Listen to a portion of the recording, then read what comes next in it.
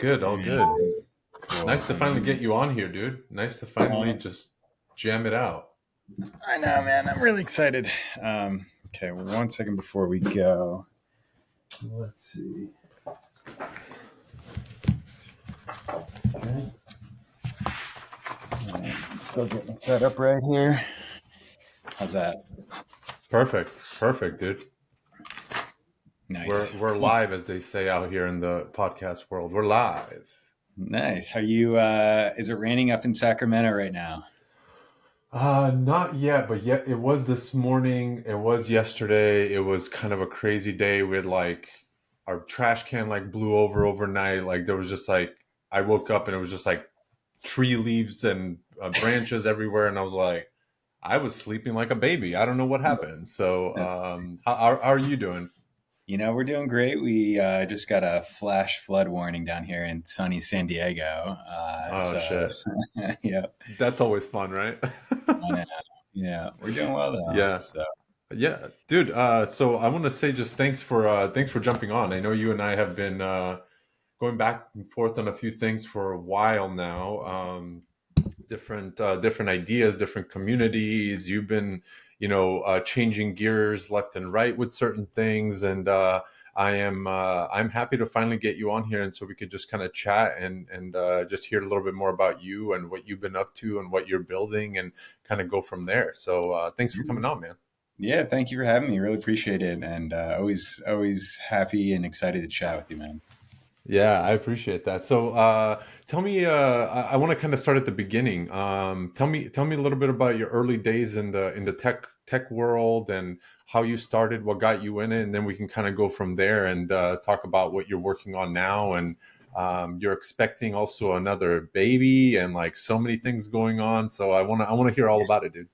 Yeah, thanks, man. Yeah, lots of life changes happening. Yeah. We have a 3-year-old, and we're expecting our son in about a week here. It could be any moment now. So very excited about that.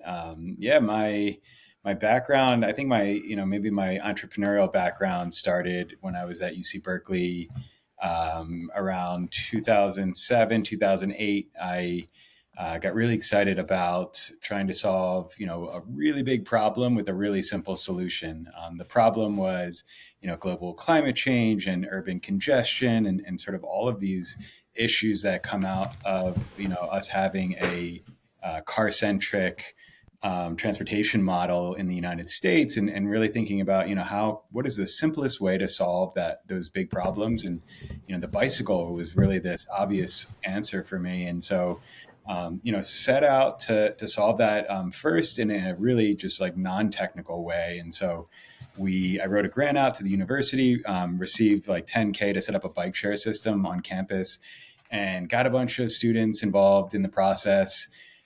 We bought a bunch of bikes, and we bought a bunch of bike locks, just regular off the shelf bike locks, and we're handing out keys and basically just signing people up, paper and pen, getting their name down on paper and handing them the key, and off they went. And, people really, really were into this idea. And this is early days, bike share. No one really knew what that word meant or what that was. The Paris system was sort of like the first big system in the world to launch, and it was happening right around that time.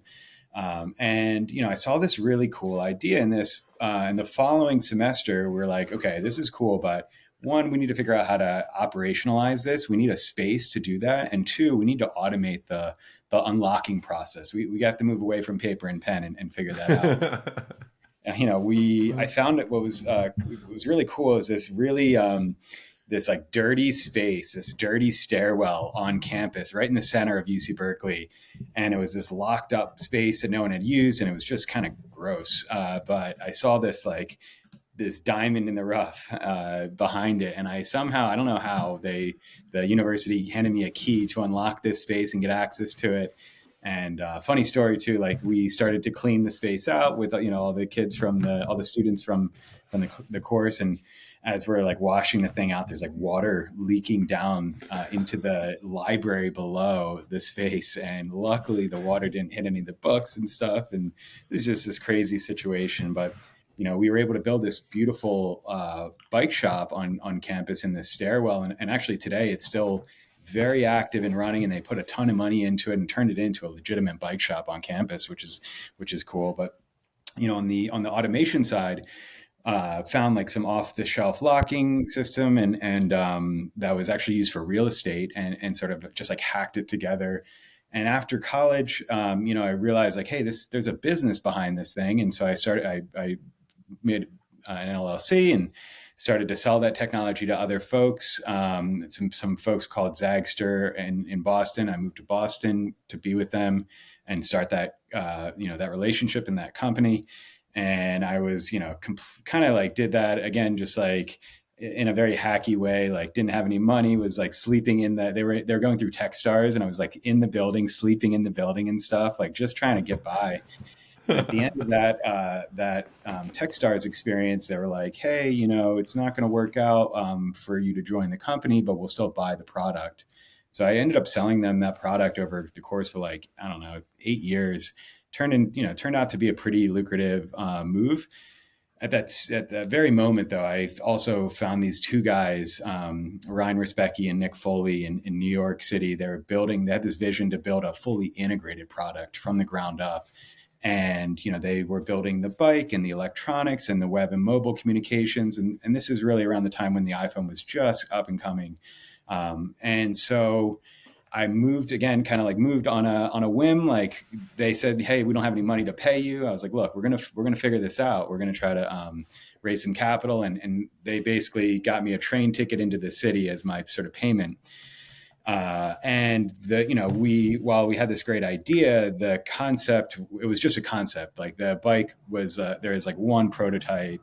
The thing didn't turn on. We couldn't get it to unlock. It was like, and we're out there, pitching cities and trying to sell cities on it. And we're trying to sell investors on it. And like, we go into all these investor meetings, and, they would basically at the end of the meeting be like, yeah, cool idea. Like, we'll talk to you in 2 weeks. Right. Which meant like, get out of here, So we're like painfully going through this process, like trying to build the product, trying to sell it at the same time, like just all these kind of struggles to do that. And, it got to the point where I'm like, okay, I am so out of money. Like if we don't hit, like if something doesn't like click, then I have to do something else. And so we actually had this New York Tech Meetup event at NYU, and we go into the meeting, we go into the presentation, we present, and there's somebody in the crowd named David Rose. He's the founder of New York Angels, and he likes the idea, and he invites us over the following week. And I'm literally, as I'm saying, like on the last just straw, like it's just about to be over for me, and I'm about to make the move if something doesn't happen. And we go into the meeting, and in the meeting, just did not expect this at all. I expected the like, we'll talk to you in 2 weeks conversation to happen, and he slams his fist on the table and he's like, I love it, and I want to do it. And it was a small amount of money that he put into the company. It was like $50K, but it was enough for us we had our first 100 bikes on the water, about to clear customs. It paid for whatever that custom fee was. And he also introduced us to his network, and it opened up the door for us. And we were very quickly able to raise our first $1 million seed round, and we were sort of like off to the races. And then, it took about 6 years or so to like really perfect this product. And we really started to gain traction across the US and Canada and even into Europe. And we built this thing, and it was, blood, sweat, and tears for sure. And there was like ups and downs along the way. But we finally got to this place where we're like, this thing's working. It's going to happen. And funny enough, you're in Sacramento right now. We had this deal lined up, massive deal with the city of Sacramento.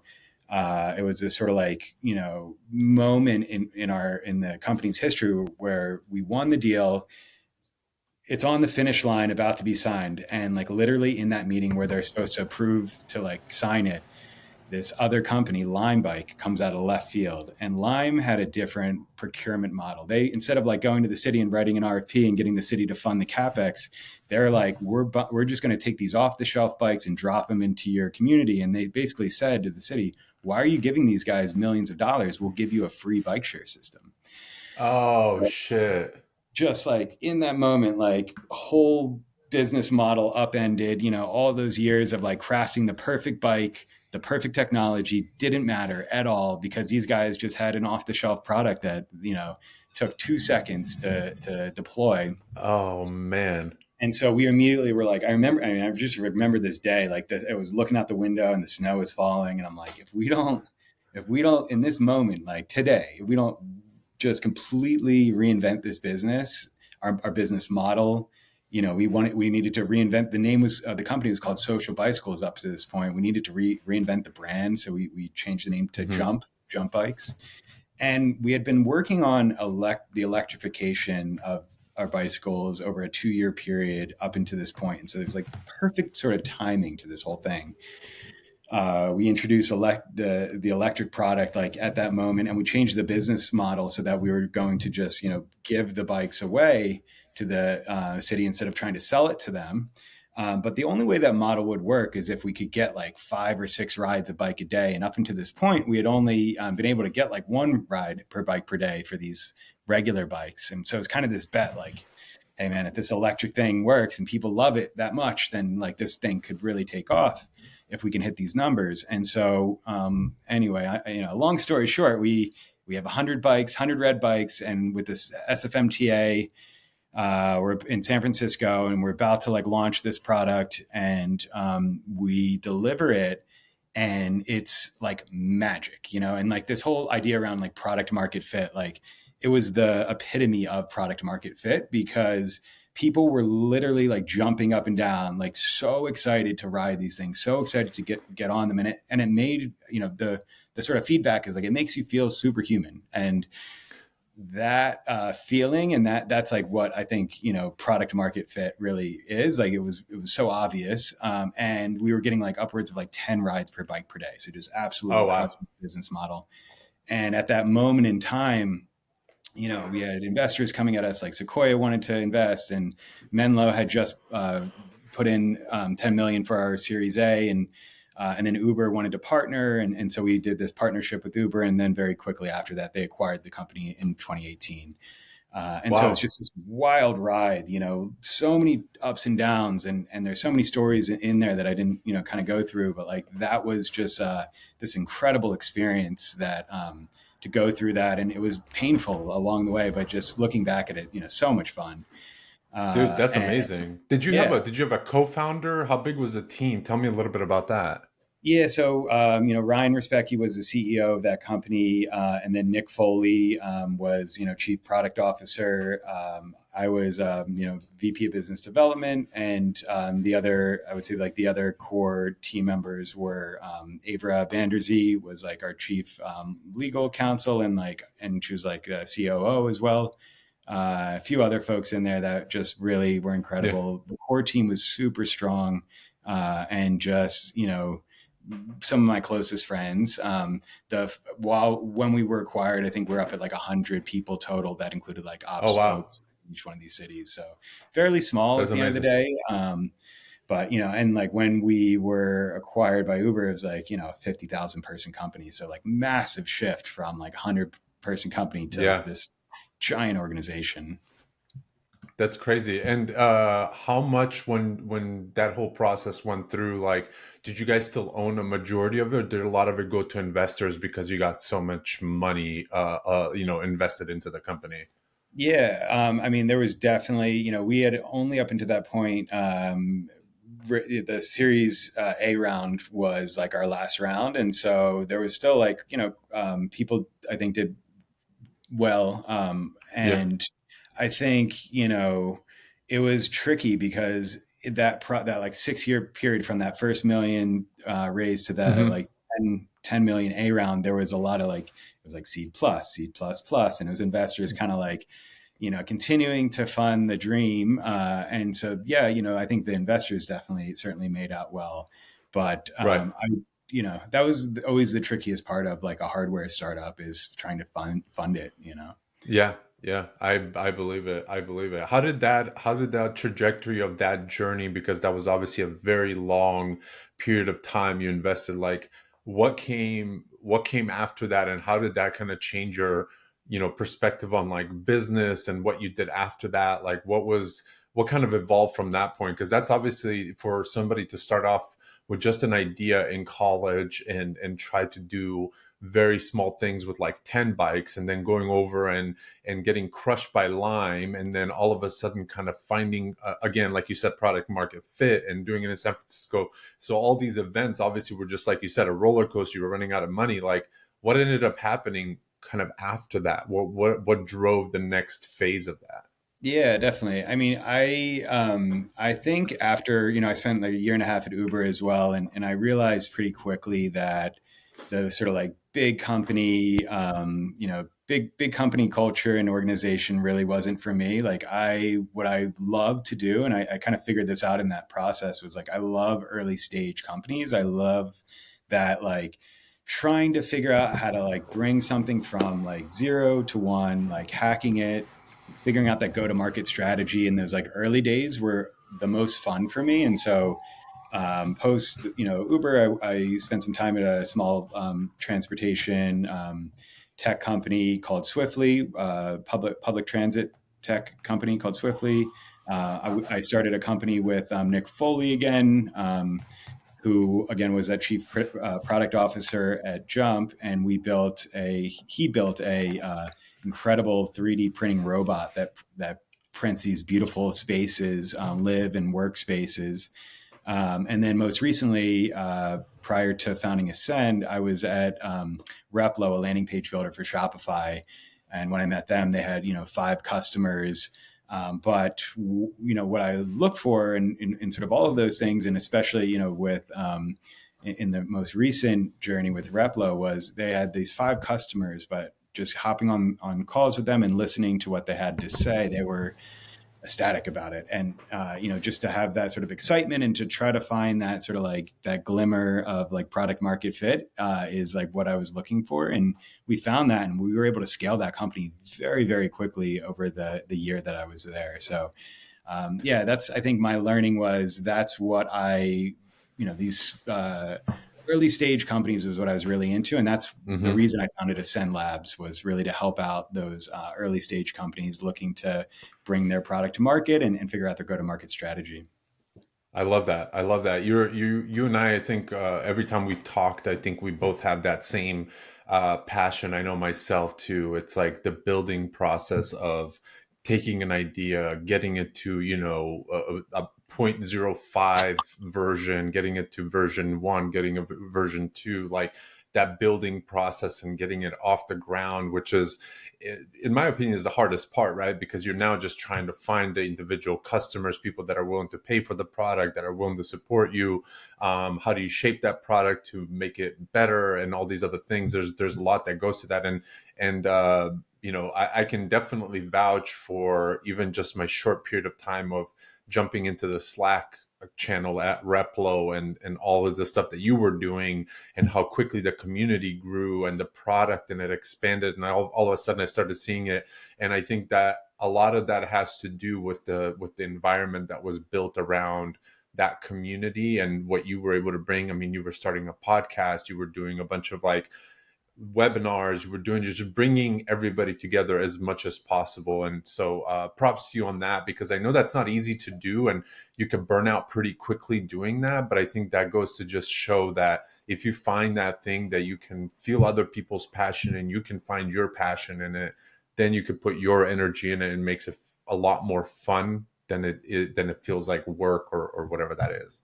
Yeah, absolutely. I think that's 100% it. It is about finding, and your passion for it, but like what drives me is like everybody else's interest and investment into something. And so that's what makes, I think, great brands is not just like the team behind it, but the like customers, the community, the people that are investing their time and energy into it as well.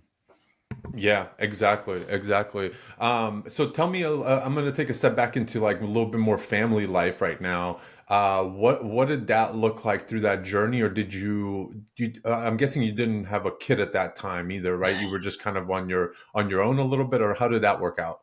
Yeah. So, one really cool part about the entire experience was I met my partner and wife, during that social bicycles timeline. And, I met her in one of the cities.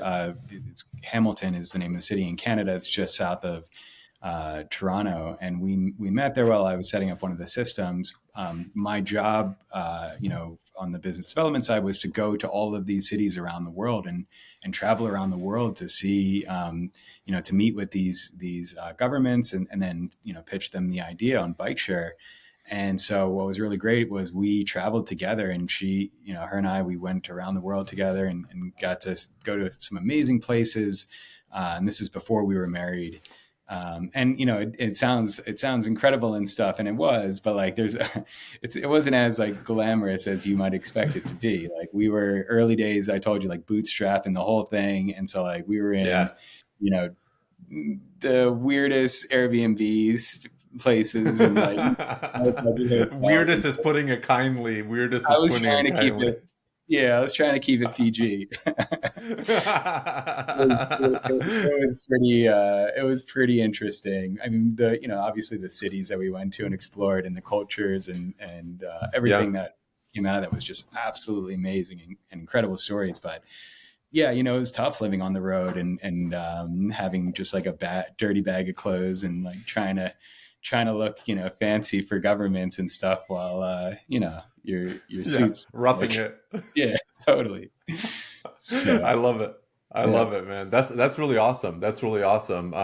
You don't hear too many of the stories like that where you can kind of find that person, and then all of a sudden now you're like you said, traveling together and doing all those things. I think that's really really awesome. Yeah. How has life for you changed since those moments of selling the company, starting doing other things like the Replo stuff, and now you're also starting your own thing. And so tell me a little bit about that and how things have shifted for you and what you're building now. I think it's really really cool. I'd love for you to kind of share a little bit more info on it. Yeah, thanks. I mean, so, after those days, we ended up getting married and we started a family. And so, life definitely changed in a lot of ways. And, while I would love to go hit the road again at some point in time, it would look a lot different now, we're again about to have another kid. So like two kids and a full family it's a little tricky to do that sort of rodeo, like we did before. So, but yeah, it's been great. I think, we are now on this sort of like new path with Ascend Labs, trying to help these early stage companies and sort of, that this company is really evolving very quickly. It was started about 4 or 5 months ago. There's really three parts to it, and they're basically being spun off into sort of like three different organizations. So one side is the community, really trying to foster, these all of these like early stage founders and teams that are trying to build go to market strategy and find product market fit. And so, not only sort of trying to, you know, bring the lessons and the learnings to them, but also like learning from them as well, because everyone has a story and everyone's going through something different and can bring something to the table. So we're all learning together there. I think, the second piece is more of an agency side of things. So that's Ascend Agency. We are, directly helping those companies that are interested in go to market, whether it be like outbound email, landing pages, content creation. That's the focus on the agency front. And then this sort of the new evolution of this has really been around content. And so Ascend Studios is where we're helping to build really compelling, beautiful content for companies, for early stage companies. And so, yeah, those sort of like three pieces have really just evolved out of, listening to what our community is saying, what customers are saying and what their needs are. And it's been a really fun process so far, and just kind of, just excited to see where it goes. Yeah, and how has your process of building this changed from the time that I mean, it's complete to you building a digital front right now, but before it was a physical product and doing that whole thing. What what's the process like now compared to what you did back then with the bikes and all that stuff? Yeah, I mean, I think you asked a question earlier too about like what were the learnings out of out of the bike side, and one of the big things is like just hardware is hard. It's really Yeah. difficult. And even though, after Jump, I mentioned the, building the 3D printing robot and stuff. And like, again, just going back into hardware, just it's so tricky. And so it is sort of a relief to build a software product. And, I did that with Swiftly, and I did that with Replo, and now with Ascend, it is, very much, there's not too much hardware involved, minus like the cameras and stuff for, on the studio side, but we're not building those. I think the digital aspect of it just makes it highly scalable, and the ability to literally go and work with people around the globe in a heartbeat, and not having to ship product or not having to move yourself to go deliver things, and when things break, that was like one of the hardest things at Jump, was like when things would break, you would have to have people on the ground in different parts of the world to fix those things. And if things break from a digital perspective with these software businesses, it's a lot easier to fix things. Yeah. So, Yeah. um, Absolutely. How are you right now? Because you have a couple different components there. Like, what's the marketing look like for you guys to get your name out there? Because I mean, the agency space in general is very saturated. There's an agency, I believe, for almost every use case and everything that's out there. What's kind of the differentiator there in terms of Ascend and what you guys are offering, and how are you getting those clients to buy into your vision and everything that you're doing now? Because I believe that what you've shown me so far with the community and kind of the goals of the agency and what you're looking to do is really, really awesome. And I think it's one of the things that we didn't, or I didn't do at my agency when I did, is like build that community aspect of it first, because I think there's a lot of value with people sharing their knowledge, other people coming in, taking that knowledge and using it in their own way, instead of you being, the person that has to like share kind of everything, like bring people into a room and let them mingle type of thing. I think that's a really cool approach. So tell me a little bit about that. yeah, the community first approach has sort of been the like feeder into the agency. And the whole idea is like, if you sort of give people the recipe, and you teach them what goes into the cake, and you teach them how to bake the cake, and you give that information away, that that information's super powerful, and it's a great way to build these relationships, and foster that community. What tends to happen is people are interested in, sometimes just having someone bake the cake for them. And so that's where the agency comes in. And it's really like a nice feeder into, the service layer that we're doing. And so it's a lot of, you know, relationship building through the community. And then it's just like a very natural progression, and funnel into the actual service side of the business. And so, yeah, everything to date that we've, all the work that we picked up on the agency side has been like really organic. And so it's been great. I think, the agency front is really fun. It's just not as scalable as like, say, the community or potentially even this studio side of things. And so just trying to think about like, how can we build something that's like hyper scalable, and it doesn't need to be the next $1 billion business by any means. Like I want to just build something that's sustainable, and I want to spend time with my family, ultimately, and so Yeah. that's like the goal of this thing, is like, how do we build like a really cool business that like gets a lot of people excited, teaches a lot of people how to make some really cool moves with their business, and scale their own businesses, and in the meantime supports so like this family lifestyle. So Yeah, absolutely. And how are you keeping the work-life balance now? Another kid coming, you're kind of in the midst of getting this growth of the business. There's a lot of moving pieces here, and how's that been, managing that and navigating through that? Because I think there's a lot of factors that go into it. Every day looks a little bit different. New things come up. wife needs something, kids need different things. Now you have a new baby on the way. I'm sure you might have to take some time off to just really focus in on that. So tell me a little bit about how you're managing that and how you've been managing it and what the goal is going forward, because I think what you're saying, it kind of ties everything in together. It's like building, like, the service business is, in my opinion, from what I've learned, is a business for people that can be available, on a day-to-day basis, unless like a productized service, which most things aren't truly productized. They're labeled as that. But Yeah. then, there's other pieces of it, like the content stuff and all this, that probably could be a little bit more scalable and doesn't need so much of your attention. So how are you navigating through all of that and figuring out your sweet spot to make sure that you're not, at the fingertips of every client and anybody that comes through the door? It's a great question, and honestly, it's a really tough one. I mean, I think I've been really trying to focus on like time boxing everything, and so Mm-hmm. I do have a bunch of folks that on the agency side where I'm like, all right, this is the dedicated time for this client, and this is when I'm going to do this type of work.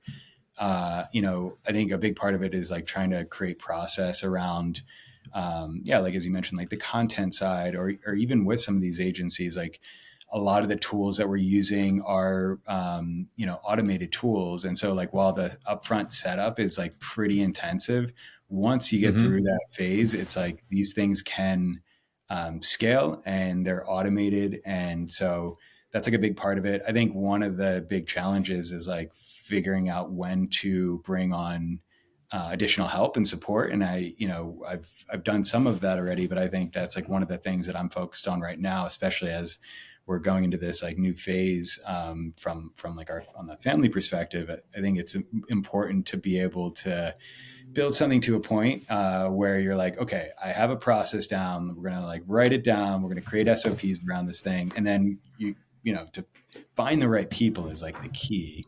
And then Mm-hmm. to be able to like hand over that process and make sure that it's running smoothly and people understand how it works. That's like the sort of like hardest part of this all, I would say. But ultimately, that's the thing that's going to allow me to like, yeah, not so much step back, but like invest into like other parts of the business and like figure out like how to develop it further. Because otherwise, you just end up like getting stuck in the same sort of like routine around like, trying to just focus too much on like one aspect without like thinking about how can you like evolve Yeah. this thing and scale it.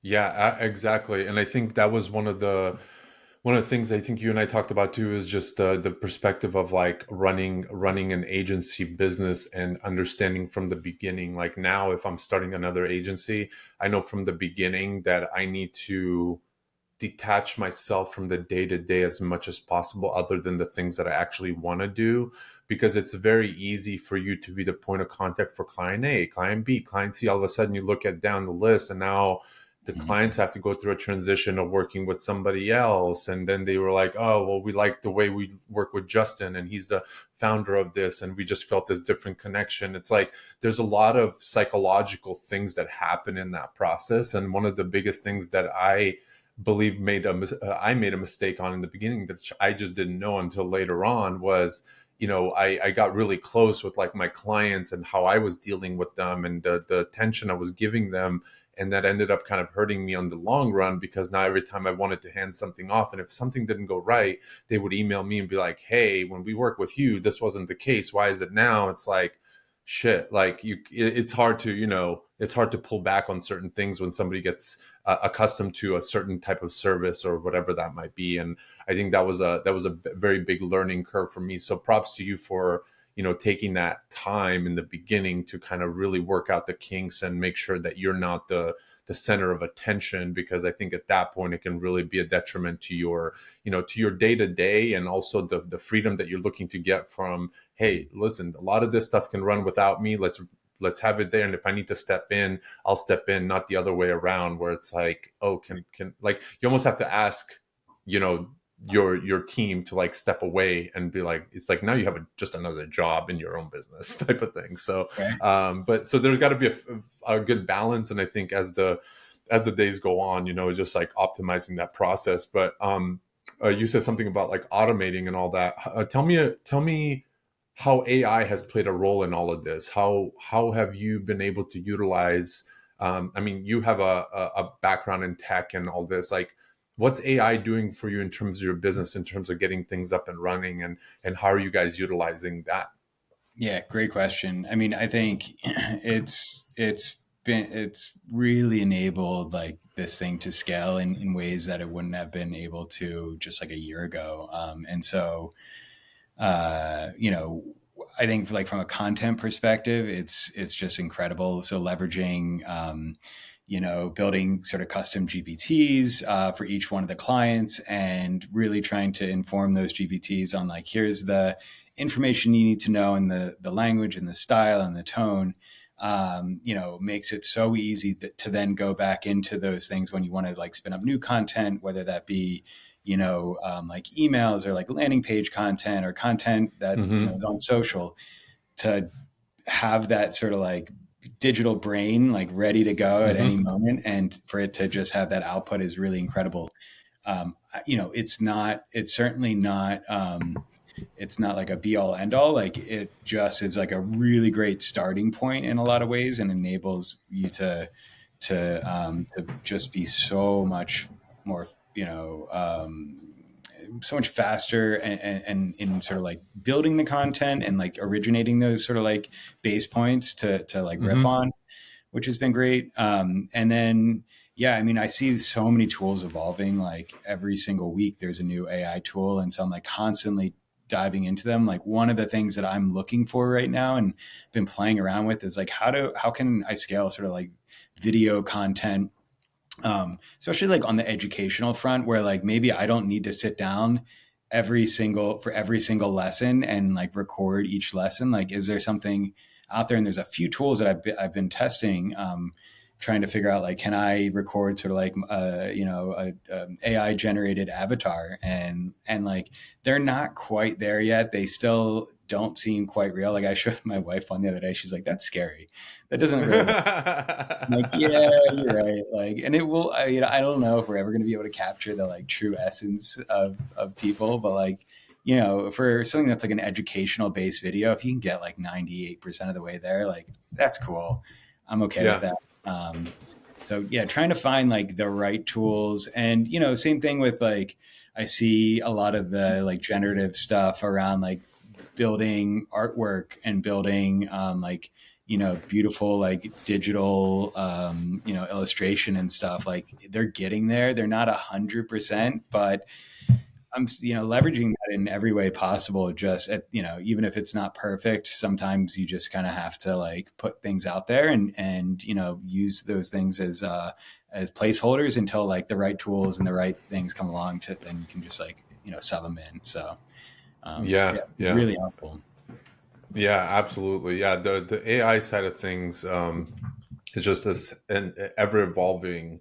It's like the internet all over again. Like there's just new tools, new apps, new things popping up to make your a life a little bit easier. And I was just talking to another person on the podcast. We were talking about just generally like AI, and how people are building like these GPT wrapper apps, like where they just kind of wrap their thing. But if you he kind of opened my mind up to something a little bit. It's like you can't expect people who are not, let's say, you could go tell somebody right now and say, hey, use AI, is going to help you. Clearly they're going to look there and be like, type something in and be like, that's not really, didn't really help me.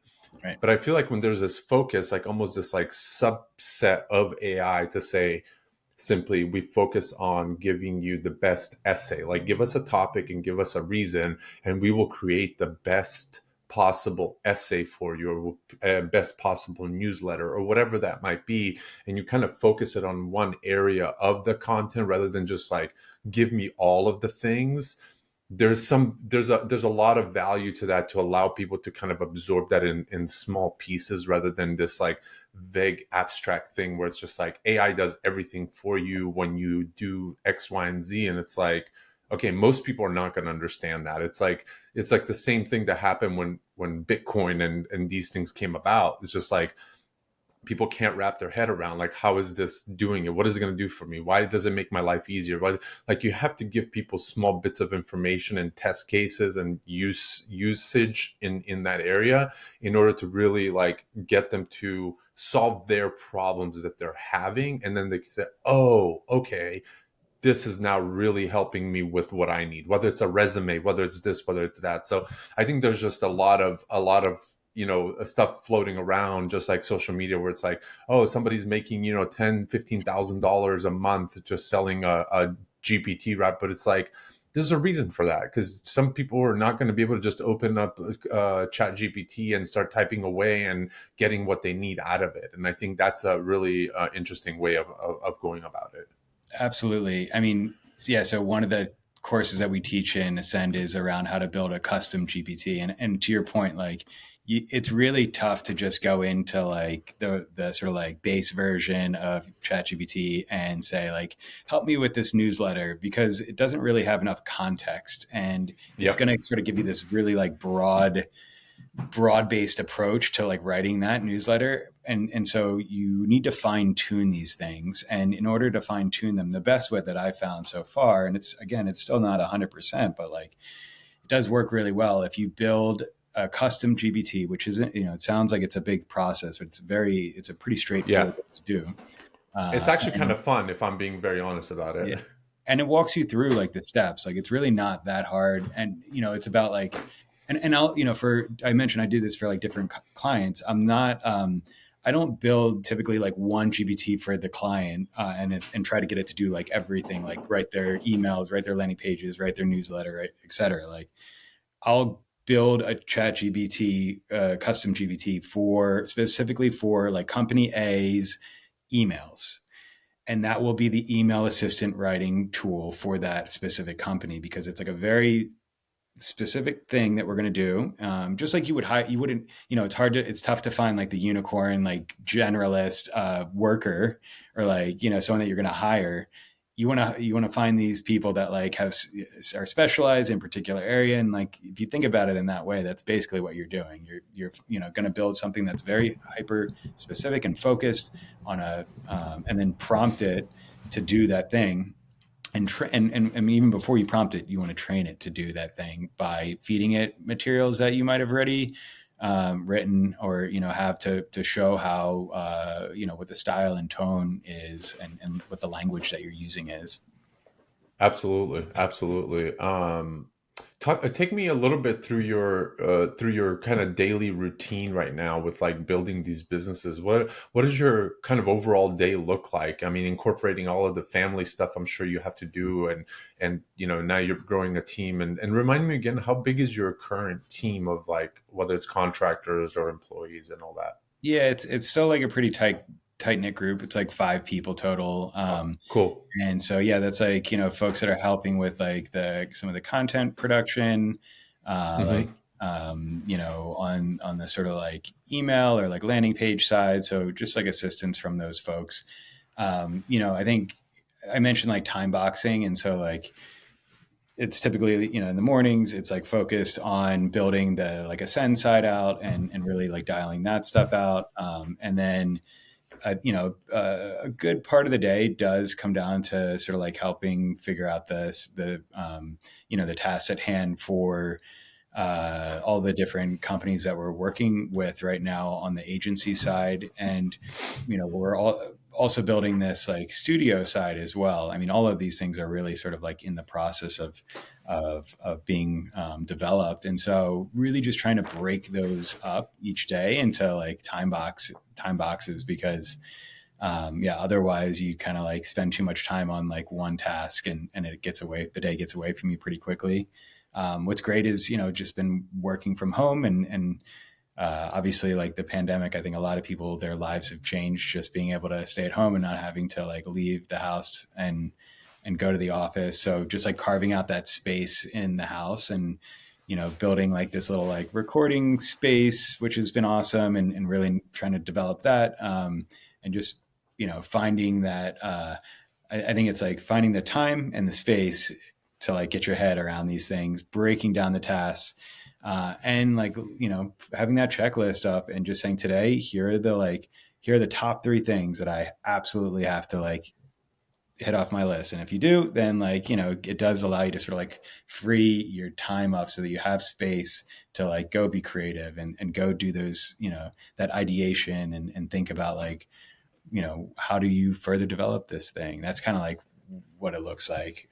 So Yeah, yeah, that's awesome. What's been the for you at the moment the hardest thing about building out the agency and the studio side of things? Like what's and maybe even the community side of it. Like what have been kind of the little things that are and I know you did a lot of community stuff with Replo and all that, but obviously this is a little bit of a different model. But what have been kind of the ups and downs there? Mostly, if you can highlight some of the stuff that you really struggle with, or that kind of surprised you when you got into it.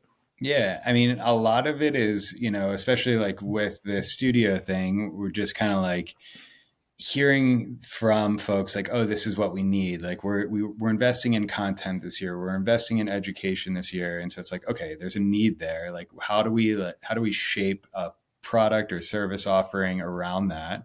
And so a lot of it is just like testing and kind of throwing something up and seeing if it sticks. One of the cool Hmm. things that you know, last year when I was at Replo, one of the really cool things we did at Shop Talk was we set up like a little recording studio on the side of the conference, and we actually didn't even get a ticket into the conference. We just built this studio and we started to pull people into the hotel room, which we turned into a recording studio, and got all these people to do interviews, and it was like a really fun thing. And so with the studio idea, I'm like, why don't we turn that sort of idea into a business? And so, you'll find this on Ascend, ascendlabs.co. We are launching this sort of like offering at Shop Talk this year, which is March 17th to the 20th, where we have the sort of like penthouse suite at the Mandalay Bay where the conference is running. We're setting up beautiful recording studio, and we have a ton of slots open for companies that are going to be there that want to record their interviews with their team, their leadership, their partners, and hopefully their customers. And I think like trying to capture that compelling, authentic take from those folks is like a really great way to have evergreen content that can be sold Hmm. any time of the year, throughout the year. And so it's like, what do you typically get out of a conference besides like some weird swag from like these companies? And like, yeah, you met a few people. That's great. Like, wouldn't it be even better if you walked away with these like awesome recordings and interviews from your team and your customers and your partners? Hmm. Like that's the sort of like idea behind the studio piece. And so, yeah, if anybody's going to be at Shop Talk this year in Las Vegas, March 17th to March 20th, and you want to interview your team, your leadership, your partners, or your customers, definitely check out ascendlabs.co, and we'll hook you up. That's awesome. That's really, really awesome. That's a really clever idea, dude. I love what you're doing, and it's awesome because I think there needs to be. I was just at CES, and one of the things that stood out was Nikon, which is like the camera company, the old school camera company. They just like knocked it out of the park with like one simple, you're talking about swag early or a little bit ago. They gave these big yellow kind of like grocery type bags to everybody that walked through. I mean, that investment alone was probably $500,000, if not more. I mean, there's so many people at CES. It was a crazy amount, Right. but every single person, I mean, that thing stood out. Even everybody knows Nikon. Probably didn't even have to do that, whatever else it is. But every single person was, carrying this thing around, had stuff in it, and they were carrying around multiple, every single day of that conference. That's like a 5, 6 day conference. So it Right. was just one of these things where they just, as soon as you walk in, you get a bag. That's all it was. And it was just, it was so simple, but yet so stood out. There's like a bright yellow bag that everybody was just like drawn to. So it was really good. It worked really well for them, I think, and just for like that extra brand awareness. And they're probably going to be launching something new and trying to get new people back into to an older company, stuff like that. So yeah, man, I think what you're doing is really, really awesome, and the community aspect, agency aspect, and I'm still hoping that we can find a really good way of collaborating with some courses and with some agency stuff and everything that I've learned and bringing it to the table. And I think that would be, absolutely awesome to work with somebody like you who not only has so much experience under their belt, but you're hungry for that early stage, that building process. You know what you want to get out of this, and you know how you want to set up the business to adhere to your lifestyle rather than your lifestyle adhering to the business. And I think that's a really, really important point to drive home, because there's so many people who adjust their entire life and it revolves around the business. And I was one of those people early on. And I think when you've kind of gone through the things you've gone through, the ups and downs with the early stage company and all this other stuff, and now you come from this, more of like a senior mentality. You've been through it yourself, and now you're helping early stage startups with their side of things. That I think speaks, volumes in terms of like how you can help them out. So props to you, man, on everything you're doing. It's really awesome, and I'm rooting for you every single day, Justin. Thanks, man. I appreciate it. Yeah, and I think having getting your take and sort of bringing your skill set and your background, your knowledge like into the community too is like what we need, because and personally like what I need, because frankly like this is the first time I'm running an agency. Like you've been through that as well, and so Mm-hmm. I have so much to learn from you, and I think that's while kind of gone through the sort of like ringer before. This is like you're always when you start a new business, you're just always starting from like square one, even if you do have those sort of learnings and stuff. Like this is a brand new space for me, and so I look to you and like your learnings and everything that you can bring to the table as well. So I really appreciate you, man. Absolutely, absolutely. Well, I don't know. Is there anything else you wanted to chat about? Anything that comes to mind that you want to throw out there for people? Whether it's the early stage companies out there, or anything else that's at the top of mind that we didn't touch on. Yeah, I mean, if you're listening and you have a business that has found product market fit, or you're trying to find product market fit, definitely check out ascendlabs.co. We're also an early stage company as well, and we're building from the ground up, and we'll help you try to figure out sort of what your next steps are to build a go to market motion.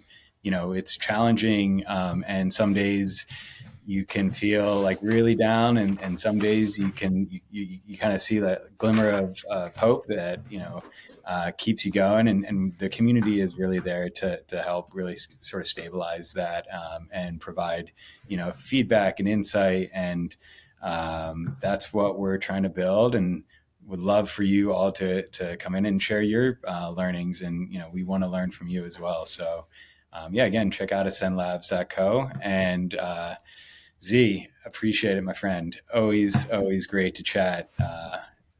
Yeah, man. Always. Thank you. Always, man. Thank you so much, brother. I really appreciate it. I appreciate you sharing all of your insights, your story, and everything. That's what this podcast is all about. Is just to give people the floor to hopefully one person will listen to this and they'll take something away, and or just connect a little bit more with you, and find you and reach out to you, and whatever that ends up being, it ends up being. There's no stipulations here, but it's all about just sharing the story. And like I said, my goal is always with whatever it is, the podcast, the writing, the whatever else I'm putting out, the products, whatever else it is, it's always just to help one person and help make an impact in that area of things. And so if that happens, that's goal accomplished type of thing. So 100%. I appreciate you, man, and thanks for being on, and look forward to chatting again, Justin. Absolutely. Thanks, Z. Thanks, Cheers. everyone. Take care.